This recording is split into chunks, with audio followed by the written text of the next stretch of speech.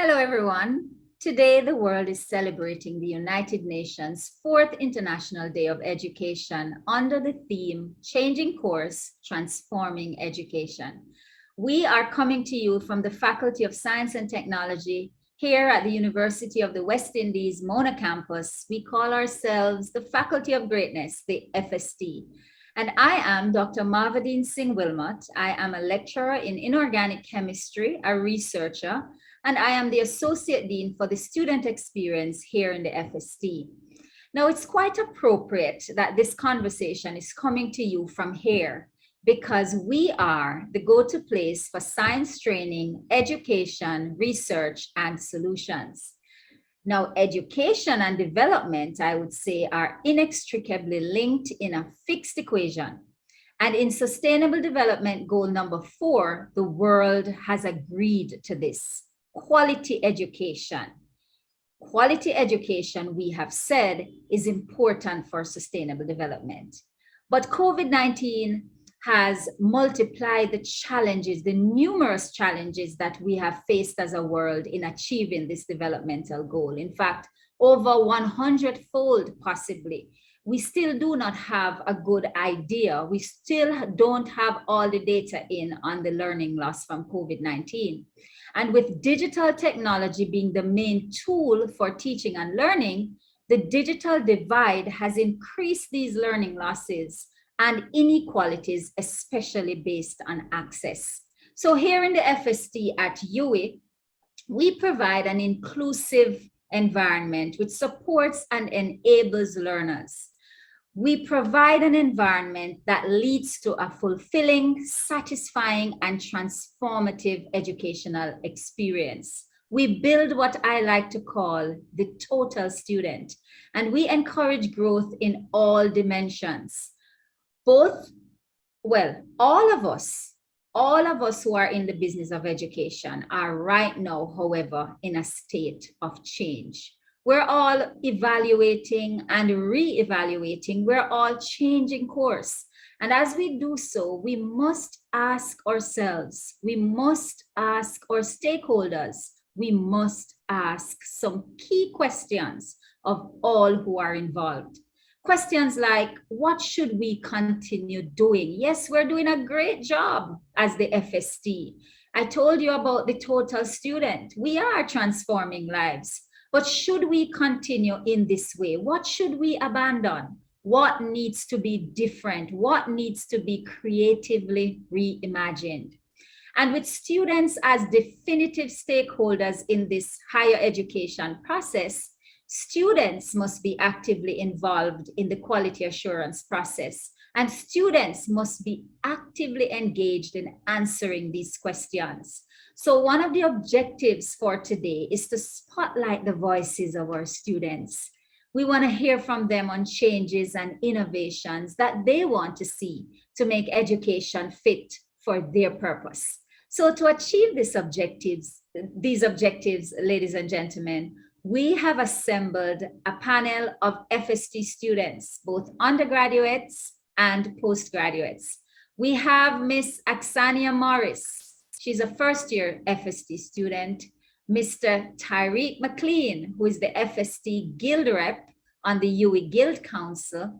We have Miss Nyckalia Prendergast, who is also serving the FST in a leadership role as the Geology Rep on the FST Guild Committee.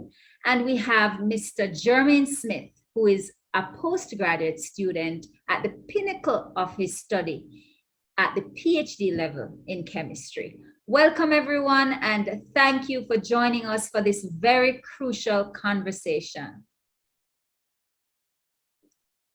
Thank you, Doctor. Thank you for having us. All right, so we want to start off the conversation by introducing ourselves to the world. We want to tell the world about, or we want to tell the world about you. We want them to meet you. Tell us your major, which high school you went to, maybe the stage of study you're at. Shall we start with Aksania and then move to Nyckalia, then we move to Tyreke, and then we get to Jermaine in that order. Just let it flow. Okay, hello everyone. As Doc could have said, I'm Aksania Morris.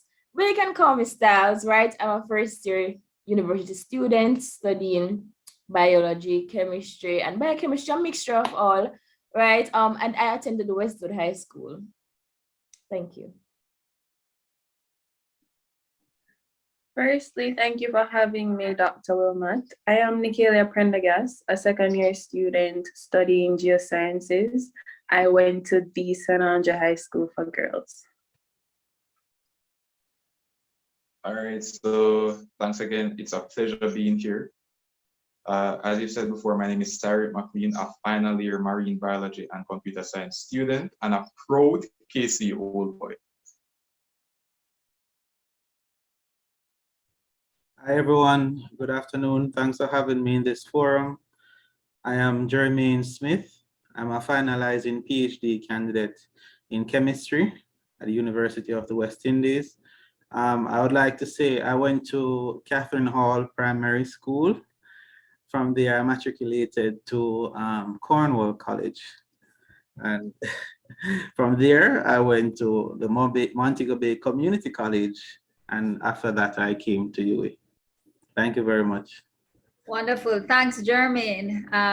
You have had a lot of experiences at different institutions. It's gonna be great to hear the perspectives that you bring. I want to go back in that order again, starting with Xania. I want to hear about your FST experience so far. Tell us about it. Doc, thank you for that question. So my FST experience so far, it has been a great one, honestly. The work is hard if you don't go to class and if you miss the tutorials and stuff like that, but it is totally manageable, right? It's a lot, of course, but there are persons in the faculty that help you. There are teachers, lecturers, supervisors, deans, and they're actually students, fellow students who actually help you. So it has been good going so far, and there are activities, despite the COVID thing, there are online sessions that are helping us. So the Total You that we have on Thursdays, it's a great program, and I encourage the faculty to keep doing it. So yes, it has been great so far. Hoping to get better and greater. All right, Nyckalia, what has it been like for you in the FST? Okay, so I have to rep the Faculty of Greatness. For me, it has definitely been an enlightening experience. Yes, the workload can be challenging. However, big ups to the FSTGC for having their mentorship program where seniors can actually help younger or lower level students with their schoolwork. So that has been very helpful to me. And I mean, the online space has been challenging in the sense where the delivery of some labs, for example, we use the microscope to look at rocks, but when you do it on a camera online, it's not the best. However, there's an advantage of having to, or getting the chance to rewatch lectures if you miss them, because, some students have work and other things to do. So I appreciate that, but my experience so far has been good. All right. And we're off to Tariq.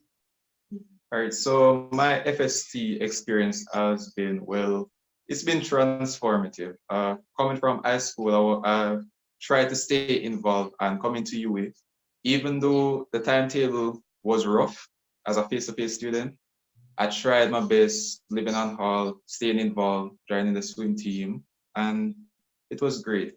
Going into online now, it's been challenging, but we are slowly getting there with continuous advancement, learning from the mistakes when we just started. So I'm looking forward to see what comes next.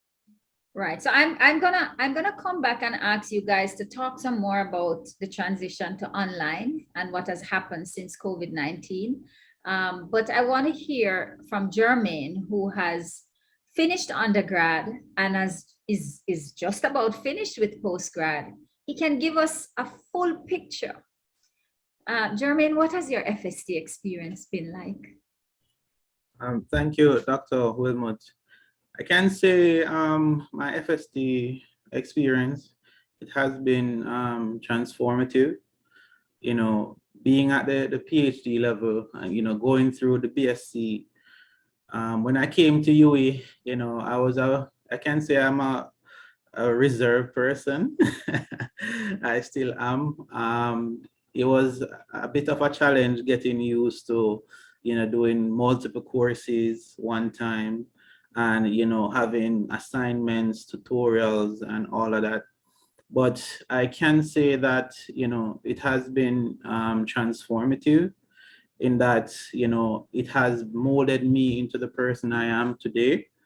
And, I know that I'm a person who has been better for the challenges. So like the BSc level, when I came the first year experience, I got good grades. So, I thought I kind of underestimated the system, right? And, I relaxed a little. When I went to second year, when at a higher level, it's required that you put in more. It requires more out of you. So I was operating at the same level as first year, and the grades weren't so good.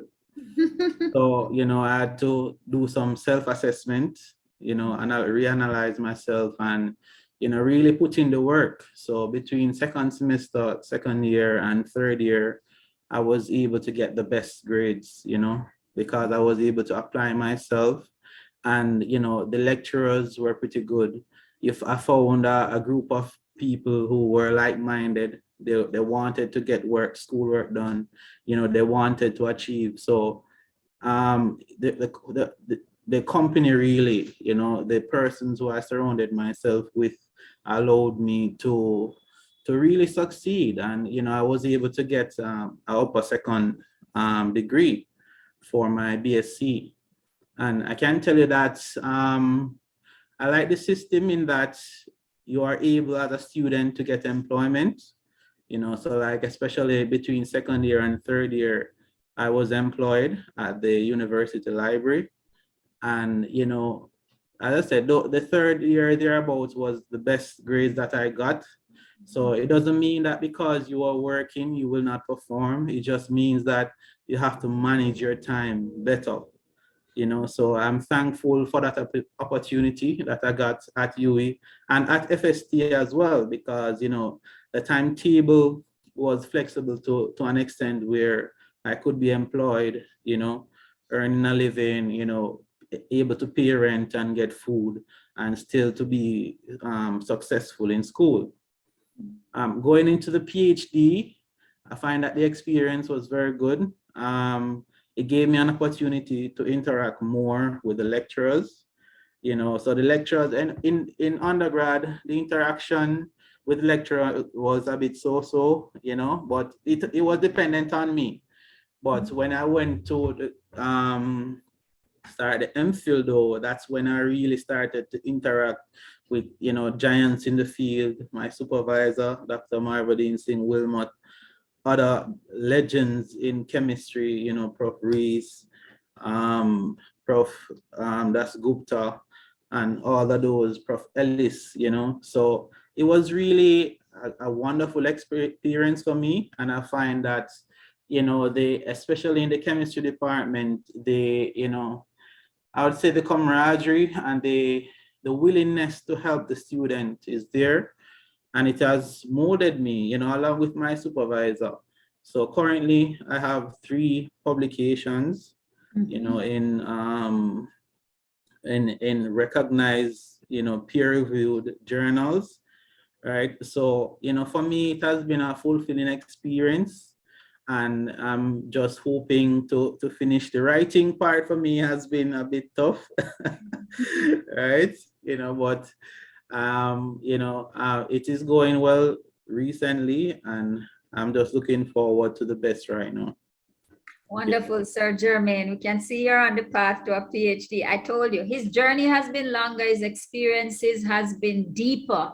And Jermaine, you represented that very well in your contributions just now. I want to pick up on something you said about your interactions with your lecturers.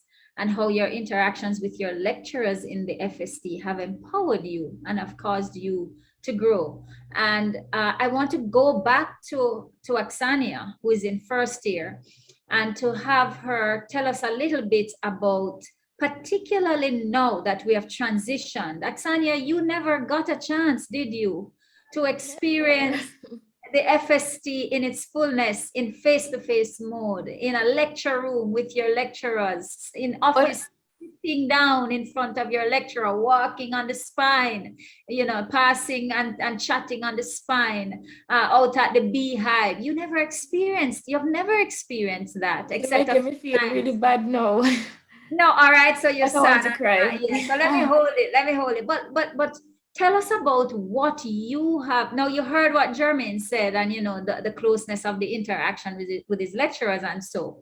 How have we done as the FST in terms of facilitating that interaction online? We have transitioned now, guys, into the conversation about learning in the COVID during the pandemic.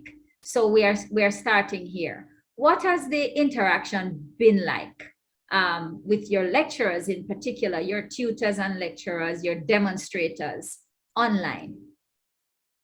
Well, Miss, the university is still trying, the lecturers are still trying, but online now it's hard to go, and like how Jermaine speaks so fondly about his lecturers and having somebody to talk to.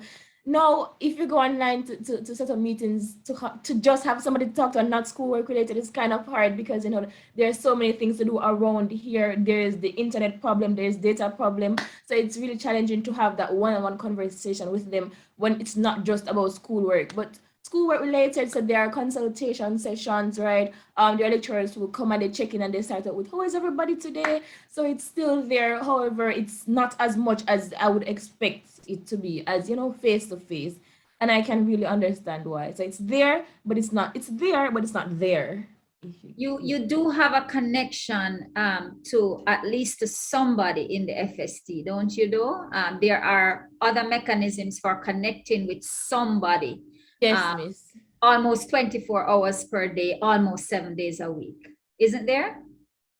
Well, I haven't tried 24 hours per day, but I know there are certain times and the person responds quickly. So I'm assuming that they're probably even available 24 hours per day. But there are some, yes, Miss, definitely. Right. So I do know about some of the associate deans who have and some WhatsApp lines that are there that students can send messages and get responses, and some lecturers who have WhatsApp groups and so too with students. So like you said, there are challenges, but we are trying. And so I'm coming to Nyckalia now and then over to Tariq about how the transition to online. Nyckalia, I know you mentioned something about it, but maybe you want to talk a little bit more and represent maybe some of the voices from the students in geography, geology, who you also represent. The transition to online lectures since COVID-19, has that caused not just the experience to be diminished, but has that caused us any learning losses? All right, so I actually had the pleasure to experience both. We're fully online in first year, but now in second year, I have some face-to-face labs. Sorry, Miss Morris, but yeah, it's face-to-face is great. So I will definitely say online does cause a lot of losses when it comes on to delivering lectures. As I said before, we had to be doing practicals online, and some of the content that was being taught, we really had to go to the lab and utilize microscopes, rockets, and we weren't able to do that.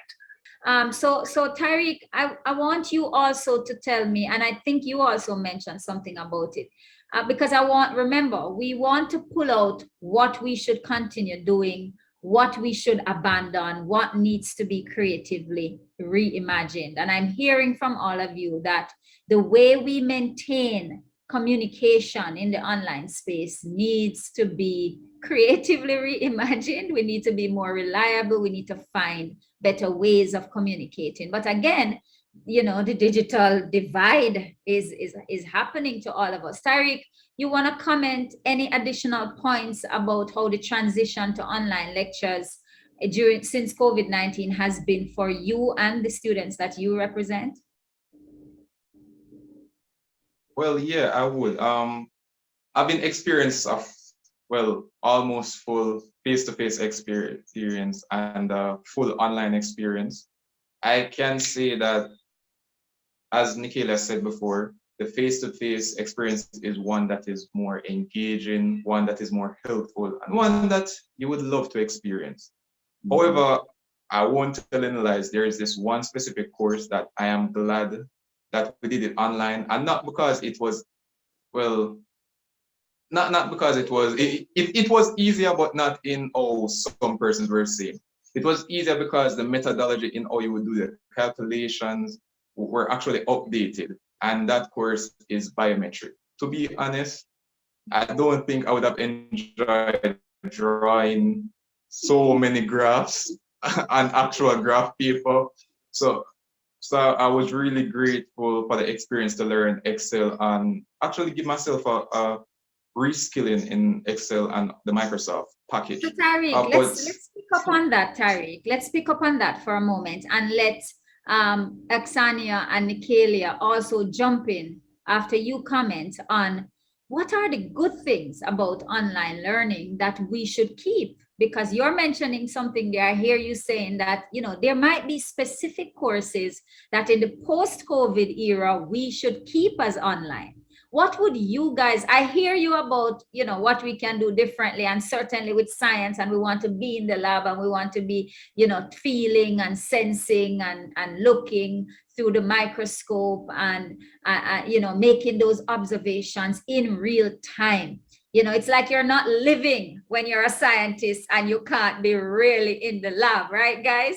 A part of you is dead, right, Nyckalia?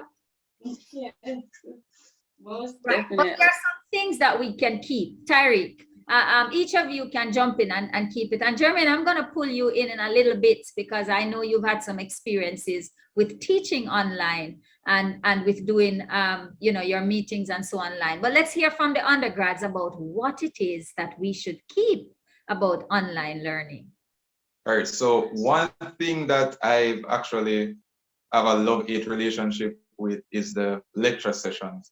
The good about having them online is that they're actually recorded and you can kind of go at your own pace. If you miss something, you can always go back. I wouldn't say the same about the tutorial and labs, but definitely I would say that about the lecture sessions being recorded. You can go on to Nyckalia and Aksania. Well, guys can just jump in. I think I appreciate the flexibility of most teachers, now not talking about most, in that they are finding attractive content to share with us, and attractive platforms, right? So no longer do we have to come and read it off a black and white. They pull up a YouTube video and grab our attention. So I like that as well. That's really, we should really keep that. And we have little online animation so that we can see things. We aren't in the lab, although we want to be in a white coat and feel nice. We can actually see the things. For example, chemistry, there's an animation that can show something reacting, and then we see this, Yes, Michelle should keep those things. So I appreciate those. Keep those. Mm-hmm. Nyckalia, anything else? All right, so I definitely think we should keep the online office hours. It's very convenient to students. And also, I would love if the online modality was, still offered to regional students, even if we have a full transition to face, because some students really cannot make it to Jamaica. I mean, the expense of living, traveling, and to also maintain themselves when they reach to Jamaica. So if we could have both, where some students, and even people who work, there are persons who would wish that they could come back to university, but because they're working, they can't really manage face to face. So if we could have both options open to persons where, hey, I want to do face to face, or I want to do online, that persons could have the free will to pick what they want. Right. So I hear you guys saying now that going forward, and even when the pandemic has ended, that's the post-COVID era, you are suggesting that because we have different learners with different realities, then to cater for all learners and to make education accessible, because remember the point is equity, accessibility, yeah, and effectiveness of education is what we need to make an impact on this world, right? So you guys are saying we need to give more choices by keeping both the face-to-face and online modalities. And that is something we are going to have to look at, because that, and we have already begun to look at that. And I can tell you that this is something we are already seeing. There are great opportunities for expanding the reach of education. So I thank you guys for that part of the conversation. I want to bring Jermaine in at this point, because Jermaine, as a postgraduate student, a tutorial assistant, a laboratory demonstrator, he has had the opportunity, and certainly in your research group, Jermaine, your group meetings and so would be online, your consultations with your supervisor and discussions like those have been online, but you've also taught online, you've taught in the undergraduate program. And I want to hear from your perspective what things have been like, the learning, teaching process in the online modality. Okay, thank you. I definitely support, and I can relate to the points that, the other guys, Aksania and the others made about, the positives of online learning. And, as a finalizing student, I have experienced everything, and I can really appreciate, what they're saying. Even though I have done my courses, so I don't have courses online, but I have done an online course. And definitely the benefit of having an online course is that you have the recording of the lectures, and even with the tutorials. So I know that in chemistry, as a tutorial assistant, I did some tutorials, and the tutorials are recorded to be shared with the students. So I find that, to me, in terms of lectures and tutorials, online system is better. If we put aside the fact about, connectivity issues and so forth that students have, I think that lectures and tutorials are very good online because you have the recording. Students still have the opportunity to ask questions and interact with their lecturer during the lecture. And, I think I would really like for students to support or to go to the tutorials more often. I find it quite disappointing when you have a class of 70 something students and, for the week, probably 30 students, 20 students, or even bigger, 100 and something students, and, 30, 20 join the tutorial. And it's really at the tutorial that you get a better and a full understanding of the material that is taught in the lecture, because the lecture time is limited. But in the tutorial, you actually have examples that you work through, and you have somebody who you can ask to say, okay, I had done it this way, but what is the right way, or how do you remember it? How do you go approach this this problem? So that's a good point, Jermaine. I'm glad you brought that up. And at this point, I think we should redirect. We should bring in the undergraduates now, Jermaine, on that point, because, guys, education is a partnership, right? And for it to work and to serve its mission, then people have to engage. Students have to engage the process, right? And I want Tyreke and Nyckalia and Aksania to come in and comment for us, Jermaine, on that. The fact that, especially in the online space, I would say, and because students know that they have the recordings, many students do not attend lectures, and many students do not attend, and worse, do the tutorials. Tutorials are not for students to take up and look on and say, I can do that, I can do that, I can't do that. When you do it, you find out what your problems are. And these are the things that are coming up in exams, guys.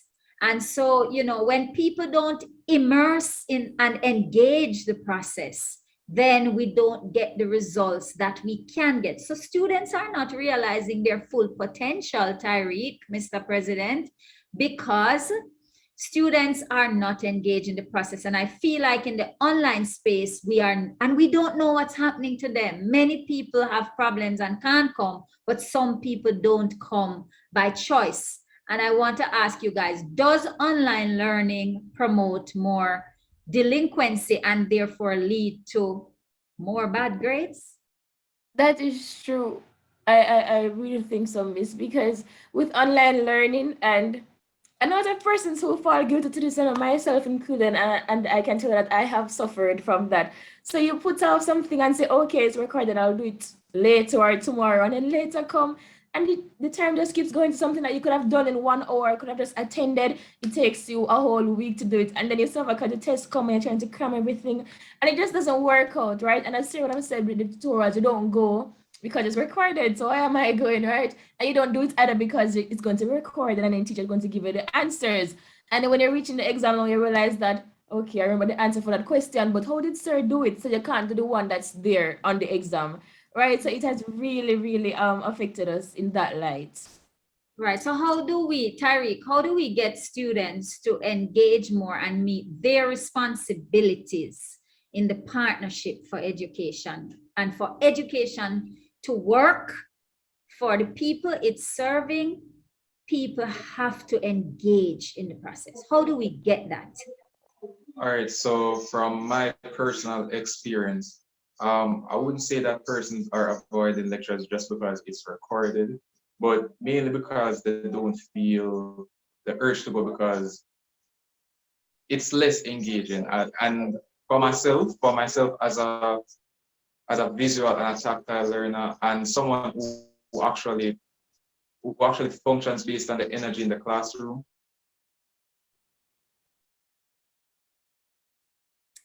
Wow, I think we've lost Tariq a bit, but he's making a point there about students functioning based on the energy in the classroom.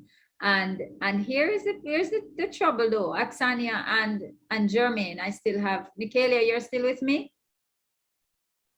Yes, I am back. Yes, Nyckalia, here is the problem though. University learning, Tariq says he functions based on the energy in the classroom. And it's not really that students don't want to go to the lectures, but you know, it's not doing much for them because it's not engaging. But you must separate your learning at university from personalities because your lecturers are not really teachers, are they? And it's adult learning. So where do you take responsibility for, you know, and I understand, you know, but I'm probably playing, I really have to put it plainly to you that your learning is in your hands and your motivation has to come from within too, you know, because at this level, you have to fuel your own energy to learn. And Tyreke, so why have we not reached the stage when we come to university where we depend on our own energy in the classroom? And, you know, so much so, Tariq, that you're saying it keeps you from going to the lecture? Wait, so before I actually got to finish my point, I got cut off. But I was going to say that for some persons, and again, like myself, when I don't actually go to the lecture or the tutorial, what I would actually do is that I would arrange some study sessions with my friends or classmates, or I would actually do some extra reading myself. If we learned about molecules or something genetics related, I would try to go online or go through the lecture slides, read through, see what I don't understand. Yeah, Nyckalia, pick up from where he left off and tell me about, and jump in on this because I think he's still having internet problems. But this is a very important point, guys. Very important that at this level, your learning is your responsibility. So I think that lecturers could definitely work to making sessions more interactive. We're online, and listen, some people would prefer to sleep some people would prefer to say, okay, let me just log on and go on Netflix. No, I do understand, and I hear what you're saying. I hear you saying that if the use of the digital technology and online learning is going to be effective, especially because of the generation we are dealing with and what they respond to, lecturers will now have to put more effort into understanding the type of learner and bringing the lectures, the content, teaching and learning has to go on in a way where we understand each other better and we employ strategies that can engage our students some more. So you are demanding more engaging lectures. Yes. And I'd actually hope that we'd have some student lecturer sessions where students could actually give their feedback to lecturers. Let's say after a course has finished, to say, okay, we enjoyed this, but we would really appreciate if you did this or more of this or less of that, you know? And that was Nyckalia. Go on, Stars. I was thinking earlier too on that point, Nyckalia had just said after the course has finished, but what about, I mean, there's a little poll, it's social media and everything is easy. So there's a little poll with a representative to ask, how was lecture today or for this week? What can be improved? And you just do a multiple choice thingy so that teacher can improve. Some of us do that. Improve along the way, miss, because I mean there's purpose to it, but how is it beneficial to me that I give you what do you call it, miss? An evaluation after I have passed through the course. It would have been so much nice. It does have the staff, the lecturer evaluation process. But is it that done after the semester has finished? Yeah. After the person has finished teaching you, miss. No, miss, I'm thinking about doing it when they are, so that whatever isn't working for us, they can try to fix it up meanwhile they're still teaching us, so that we can have a better. You guys understand me?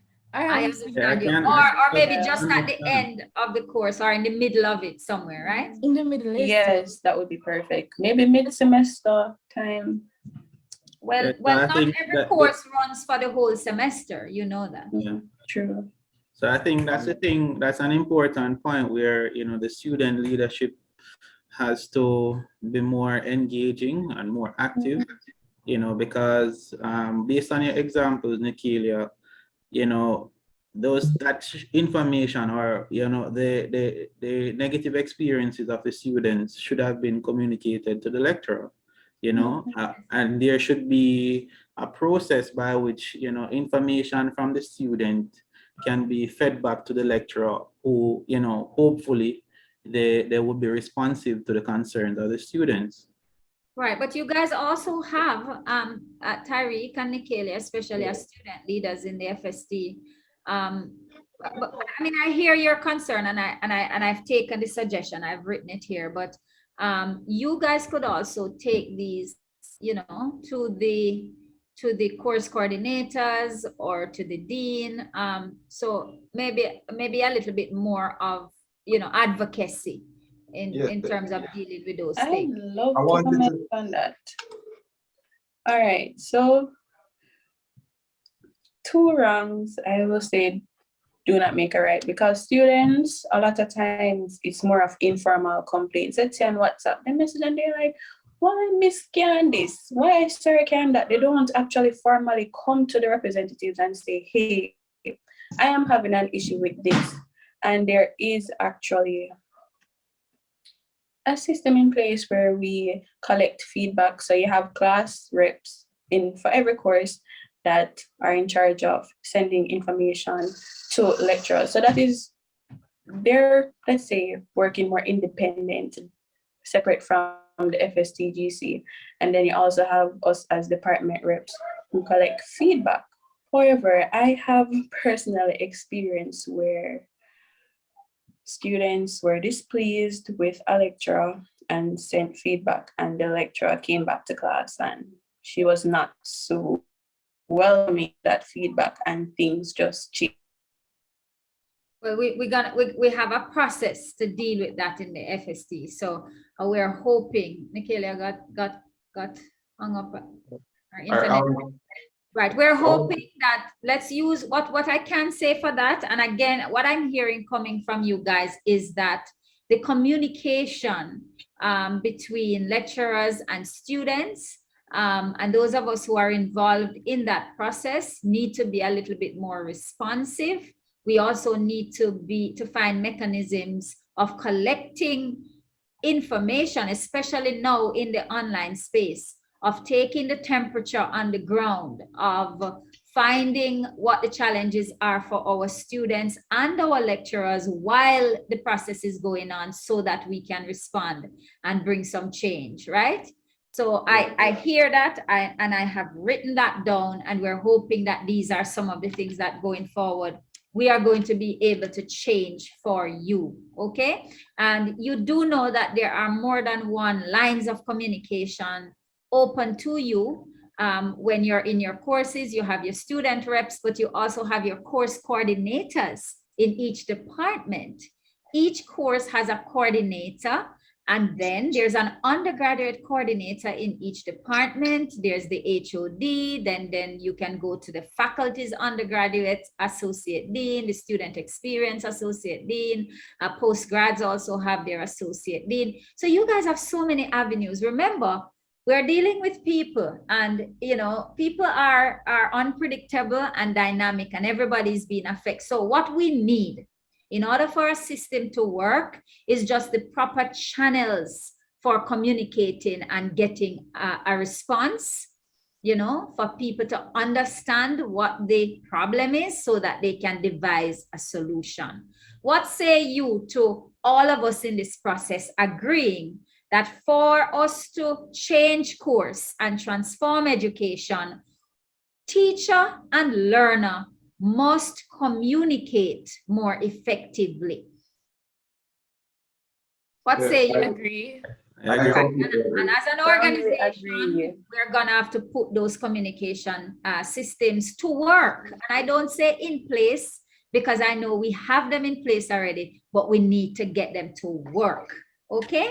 I wanted to chip in earlier as I was about the whole issue about communication with students, because I've been a course representative and I know the whole process. I wanted to say that many students don't think that they can actually send in anything when good is happening, like they don't have that formal avenue. And again, as student leadership, I think that is something that we can encourage them to do.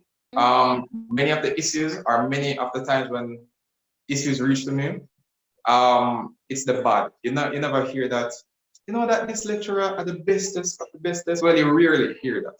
And advice I always give my department representative is that when an issue arises, try to make sure that you speak to the lecturer. If you can't get to a lecturer, you move up the ladder to see who else is next. And then I also try to make sure that it's majority of the classroom that is actually being affected, learning from our predecessors.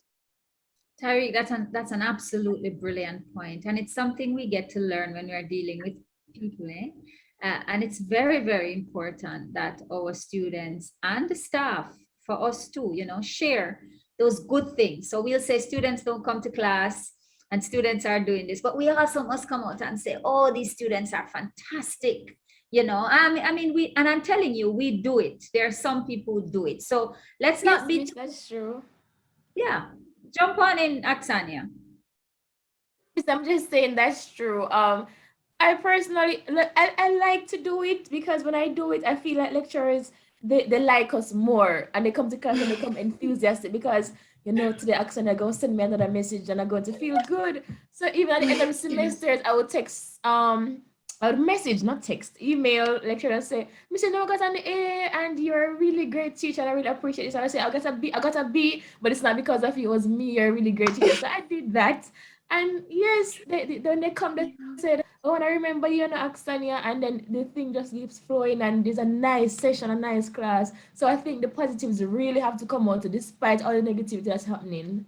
But we do know that negative energy, negative is destructive, and positive, is encouraging. So if we recognize in this relationship, it's a relationship, guys, just like you relate to your parents and your siblings, your boyfriend, girlfriend, husband, wife.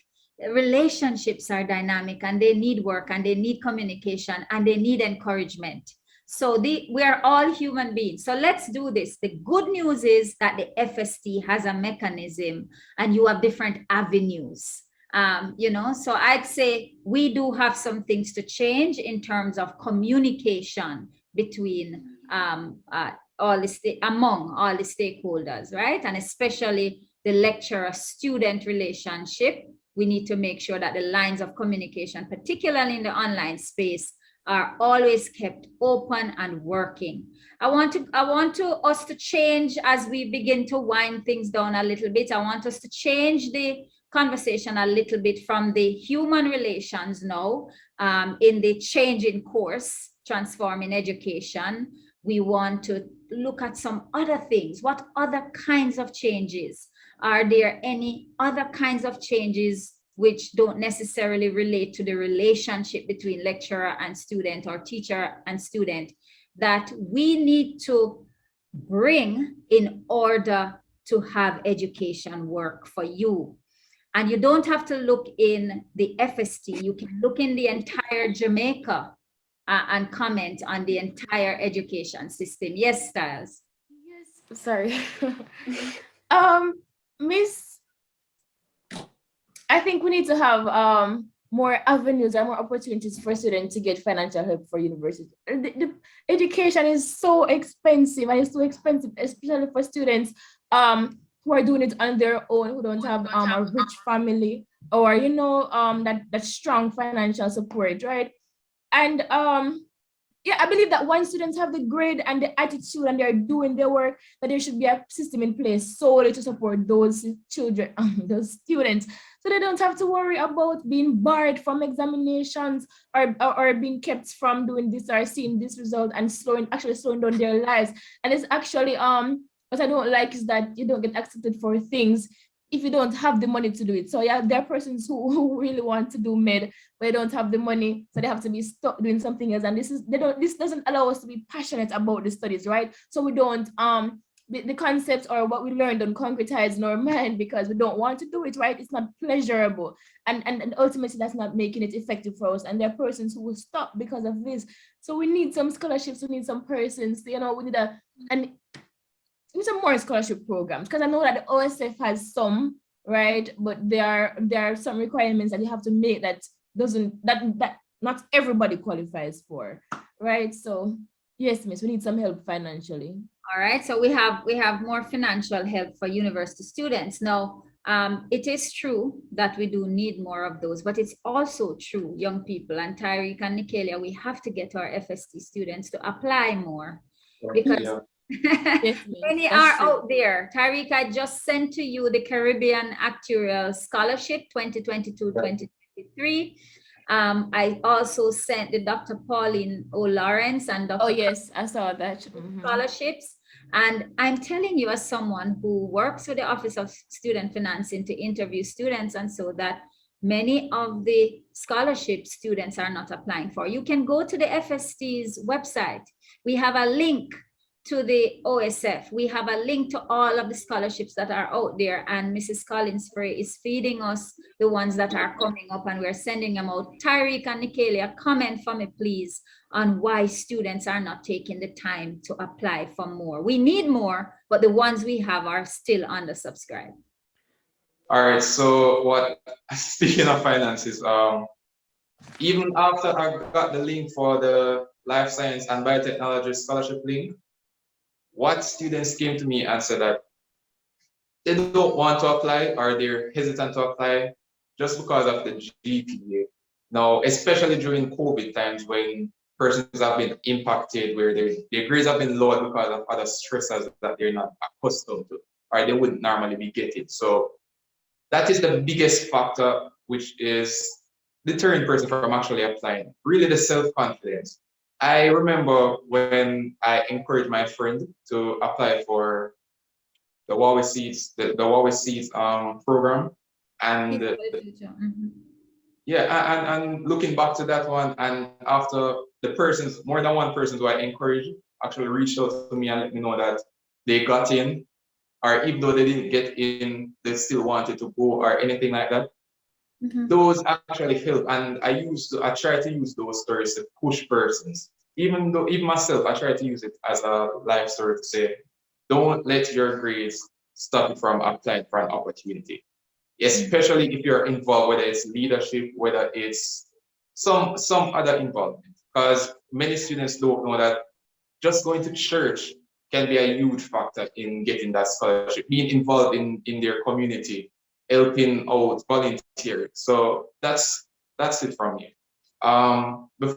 Before you jump, well, after you jump back, after yeah, I get back to you, I wanted to touch a bit on the finances, not for students, but other financing areas. Okay, no, let's take that right now because we are talking about financial health and finances. Miss All right, Claire, just so ask Tariq a question that before I don't want him to like forget. Just office thing. So Tariq, are you saying that are you encouraging us to apply for scholarships if it says only for a 3.0 GPA person, that if my GPA is 2.8, I should go ahead and apply for that scholarship? yes, you should go ahead and apply for it because I know for a fact, and I'm sorry for the language here, I know That's for all a right. fact, and it's just the GPA that I'm asking for. Because I've been there, I've been going through the scholarship criteria, and even myself, I have been deterred because of my grades. And persons in higher positions have been telling me, don't let the grades stop you. Persons who have been there, just even if you have the scholarship already, don't let the grades stop you from continuing to try. You might be on probation now. Explain to the donors why you're on probation. Don't let the grades stop. Absolutely, Tariq. Xania, I want to support what My Tariq GPA is is. not 2.8, by the way. It's above 3.3. We know that Just now. We saying. know that. But I want to support what Tariq has said, and I want to, and you know what we're going to do then? Now that I'm hearing from you guys, this next week Thursday we have a total use session where we are trying to deal with the self-confidence. As you know, we have students who are entrepreneurs, graduates who are entrepreneurs, who are managers, who are self-employed, who are doing fantastic things in their lives, who had some bad grades at some point in their FST journey and did not let it deter them. And they're doing fantastic transformative things in the society right now. And so we're bringing those people to you on next Thursday for you to hear about people who failed all 11 courses during their FST journey and still came out on top when they found their passion in the FST. So, and then next month, Tariq, we're gonna bring in total you, the Office of Student Financing. We should have them come down and talk to students about these things. So we'll fix that problem. But I want Jermaine to come in right now and talk to us about, we're talking about finances and financial help and scholarships. You guys say, you guys are saying that we need more financial help for university education, which Aksania was making the point is very expensive, and to increase the accessibility mission of the United Nations for education. We need to make university education more affordable. Jermaine, tell us from the perspective of the postgraduate program. We have the MPhil, the PhD, the Taught Masters. Tell us what you know about financial help and financing in the postgraduate programs. Okay, so like for financing in the postgraduates, I can say that from my perspective, I did an MPhil program. Well, I'm doing MPhil and upgraded to the PhD. Once you have an upper second class degree, you actually get paid to do your research. So you'll get a monthly stipend. So you don't have to pay to do an MPhil or a PhD at the University of the West Indies. You'll get a stipend. I can say it could be better, but you do nonetheless get a stipend and you don't need to pay for school fee. You also have several opportunities to get grants, so I have been a recipient of research and publications grants, and I've used that to buy materials, equipment, software that I need for my research. What about travel grants that you get outside of the university? Tell us where you've gone as a research student and who financed it. So as a research student, I've gone to Germany at a conference. It was MOF 2018. I think there were 150 something applicants, and I was one of the few who got through. I can say the chemistry department was very supportive. So I got some money from there, and I got some from the faculty as well. The faculty played a big role, right? They actually took care of my airfare. So I must say thank you very much to the faculty. You know, my supervisor, Dr. Singh-Wilmot, gave me some money as well. But I think Pocket money, Jermaine, pocket money. but I think you know, I think it could be more streamlined because at the time, you know, before I went to the faculty level, you know, the department said they only had a limited amount, you know, and you had to get it top up. So I'm thinking that maybe, you know, the amount can be more, you know, to fully support a student going to a conference, because you're not only representing yourself and your research group, you're representing the department, the faculty, and the university, especially at an international event. I feel that there can be more support for students in terms of traveling and, you know, accommodations, right? But yeah, you know, I can say, you know, thank you to the university as well for, you know, the research and publications grant. Um, yeah, so that's it from my point of view, and from MPhil and PhD. I know that the MSc, the master's programs, are more costly, Yeah, right? those are taught masters Those are programs. top master's programs. So I'm not so familiar with the funding for there, but I've been in conversations with persons where they are saying, you know, they don't know where they're going to get the money from. But one thing I can appreciate is that, you know, you can go on a payment plan. I think the university is doing well as it comes on the payment plan. So, you know, the student and them and the bursary can come together and, you know, work out a plan. So you can't pay everything now, but over time, you know, you can make a deposit and pay X amount per month or so. So I think, you know, the university, that flexibility, I appreciate it very much. But guys, I've got to say, Jermaine, isn't it true? All over the world, university education is very expensive. For Yeah. us to bring it to you, it costs us a lot. Okay. And so I want to widen the discussion now outside of the university. And I want you to look at Jamaica as a whole and the business of education. And in order for education to serve its mission and make our country a better place. I mean, really and truly, guys, if you think about what's happening with crime in our country, if you think about the origins of crime and the fact that, you know, how our people are cultured and the level of education, because remember, education is a transformative process. It must transform the way you think and do things. So no matter what's going on with you, you will never take up a lot of scamming. Because education should have transformed the way you think about those things. No matter what happened to you, you will never take a plastic bottle and throw it down the gully, because education should have transformed the way you think about care for the environment and the respect that you give to it. Right? So education in the context of Jamaica now, how do you see Jamaica as a country, policy changes, you know, also the investments in other investments in education? What do you guys have to say about changing course, transforming education from the perspective of all Jamaicans, not just UWI FST students? I just want Okay. Oh, okay. Go ahead, Tariq. All right, thanks. I just wanted to jump in and say that first, we need to start investing more in STEAM, not just STEM now, but STEAM.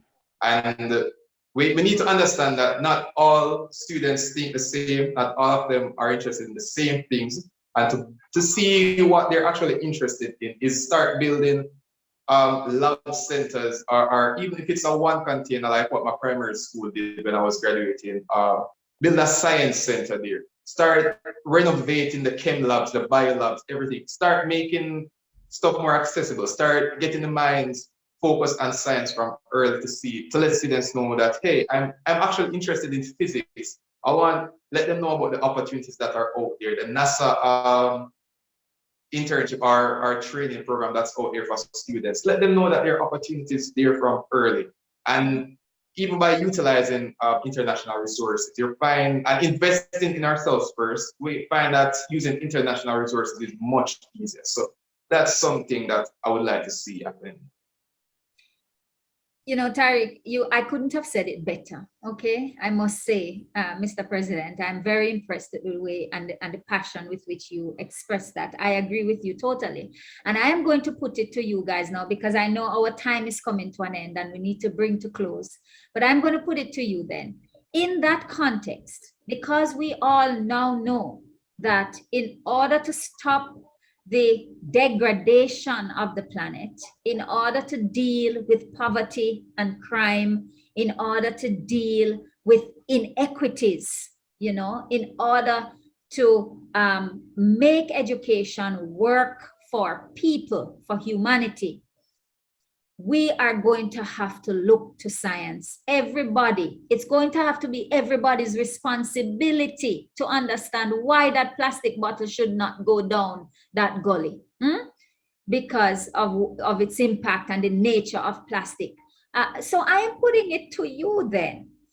Should we as a country move to making science, at least one science subject should be compulsory up to the university level, so that every human being in this country, in this world, understands science, its impact, and the solutions that it can bring, and their role in using science, the knowledge of science and the scientific method to achieve sustainable development. I put it to you guys. You don't have to agree with me. I know I was putting it strongly like I'm preaching, but I'm putting it to you. We would like to hear what you think. Derek's persuading us. But I agree to you to an extent, Miss. It won't kill you to do at least one science subject or one science course, because really and truly, as Edward Taylor said before, the science of today is a technology for tomorrow. So in order to improve what's there or to understand what's there, you have to know the science behind it. And that's obvious in this COVID thingy, right? So if there wasn't any science, we won't have any vaccine, right? So we could have a technology machine, everything else, but without the science, we wouldn't have it. So I think that to be aware for surrounding and to treat the place better, especially the earth, the atmosphere, we have to learn some amount of science. At least one course. All right. I want to hear what the rest of you think. I mean, all businesses, education, school, everything now is online and everybody using technology. Tell me what you think. Is it practical? I think for me, I wouldn't say it has to go up to the university level, but definitely doing a science subject up to high school to CSEC should be fine, in that, you know, the students would understand, because when you're doing, you know, the bio and the chemistry, you learn about global warming, you learn about the effects of, you know, plastics, you know, microplastics on the environment and on the flora and fauna. So I think up to high school would be good. But I think, like, for me personally, you know, I don't know. I think we have to approach it from a social, it's still scientific, but we have to approach it from a social and a cultural perspective as well. Because, you know, for me personally, you know, my parents, especially my mom, instilled in me certain things, you know, don't throw your garbage on the roadside, you know. So it's not necessarily that I learned it. I learned it in school, yes, but my mom was the one who was instrumental in me not doing those things. And, you know, from in primary school, I was able to get an understanding that those things are not right. You know, burning your rubbish, you know, behind your house, you know, that is not right, because it is contributing to the gas emissions. So I think, you know, it has to be, so in perspective, it's all scientific, but we have to look on a social science aspect. We have to look on, you know, the cultural side as well, because I think, you know, as a people, we have to change the mindset as a people, because currently we have so much, you know, moral, social decay It's really bad, and that is one of the reasons why the crime especially is escalating.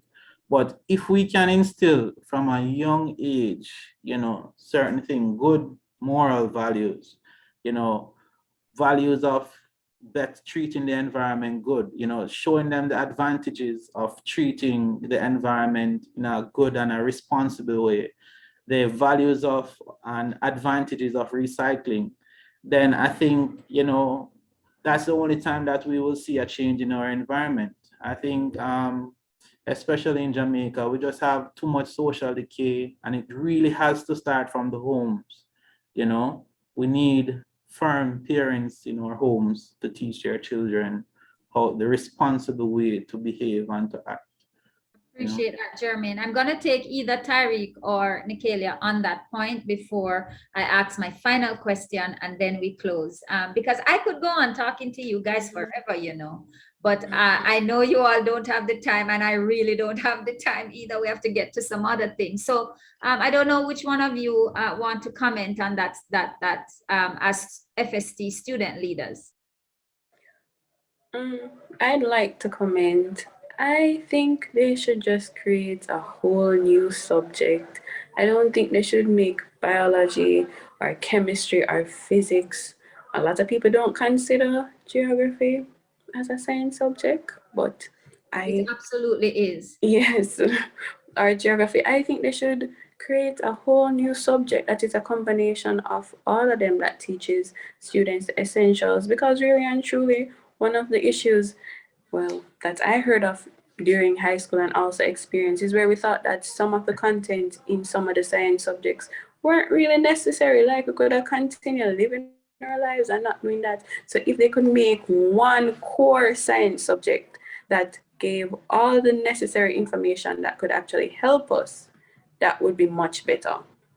Okay, Nyckalia, I Call hear it you. life science.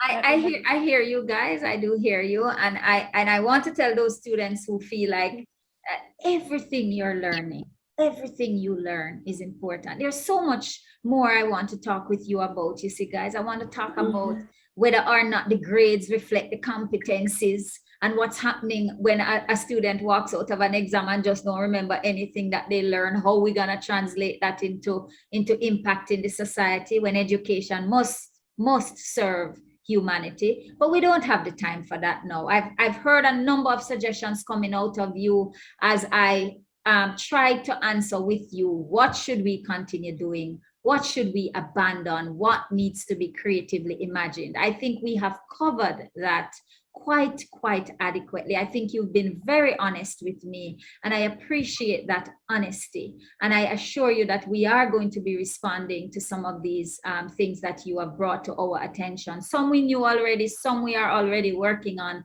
but we hear your ideas. I want to close with a final question to each of you about what, for you, the United Nations designation of World Education Day means to you. Do you think this is important? These days, having these days do they serve any purpose?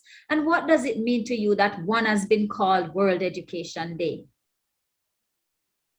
Well, it's sad to say, and this is probably bad, but it's the first time I'm knowing that there's actually a day for this, right? So I'm glad for the opportunity to be exposed to it. And it's also refreshing, and it really pushes some thought for it, because normally we get so caught up in doing the work that we forget why we're doing the work. So to really look back and look at the importance of education and not just wanting to get a job to get some money, right? It's really a good thing. It's motivating and encouraging to keep going. So it's very important. Thank you for this. But days like this are very important to me as well, because if they aren't actually spoken about, persons won't take the time to actually acknowledge them. And that's what days are about, acknowledging something that persons don't speak about generally. It's good that we can come together on a day like this, talk about issues that we wouldn't normally talk about in such a broad An extensive manner. Yeah, exactly. So it's good to have days like this. Okay, I'll go ahead. I think it's very important to have an International Day of Education. Just because it brings to the forefront really the importance of education. And I was looking on the website, and they said, and it really struck a note with me where they said education is a human right, a It is. public good, and a public responsibility. And it reverberated with me so much in that it is through education that we can change you know change so many things. So change from going to the wrong path. We can increase gender equality. We can break out of poverty. We can transform our society in such an amazing way through education. So I think having an International Day for Education, it really brings to the forefront, and it reminds persons that you're not being educated, just for the sake of having education and being able to read, but you are being educated, to transform yourself, transform, the people around you, and really to transform your community and the world as a whole. So, Beautifully said, Jermaine. Wonderful. Nyckalia? I personally think it's a great initiative. It's not solely focused on the teachers or the students, but all stakeholders as it comes on to education, not only to create awareness to the negatives surrounding education, but also the positives. I think if we gave this day more attention, let's say, as much as we give to Mother's Day or Father's Day or Teacher's Day, it could actually motivate some of our youngsters who are outside of school and think that, hey, I don't need an education to be successful in life, or everything that we learn at school is unnecessary. That could actually motivate them to want to be educated and to actually, be interested. Well, ladies and gentlemen, there you have it. I am, as a member of the faculty in the FST, I stand absolutely proud of our students. You have listened to them they've been honest with us about how they feel about the education process, how they feel about the changes that can be made, and they have shared with us also the things they think we are doing right, and the way they express the ideas that they're producing, the big thinking, they see the big picture. I know that our future is in good hands because I have listened to my FST students. And so, our students think that we can strengthen education, we can change course and strengthen education to serve its mission, and ultimately to unlock the potential that is in every person to achieve and to contribute collectively to the well-being of humanity. Good. And I am gonna thank Nyckalia. I'm gonna thank Aksania. I'm gonna thank Tariq. I'm gonna thank Jermaine.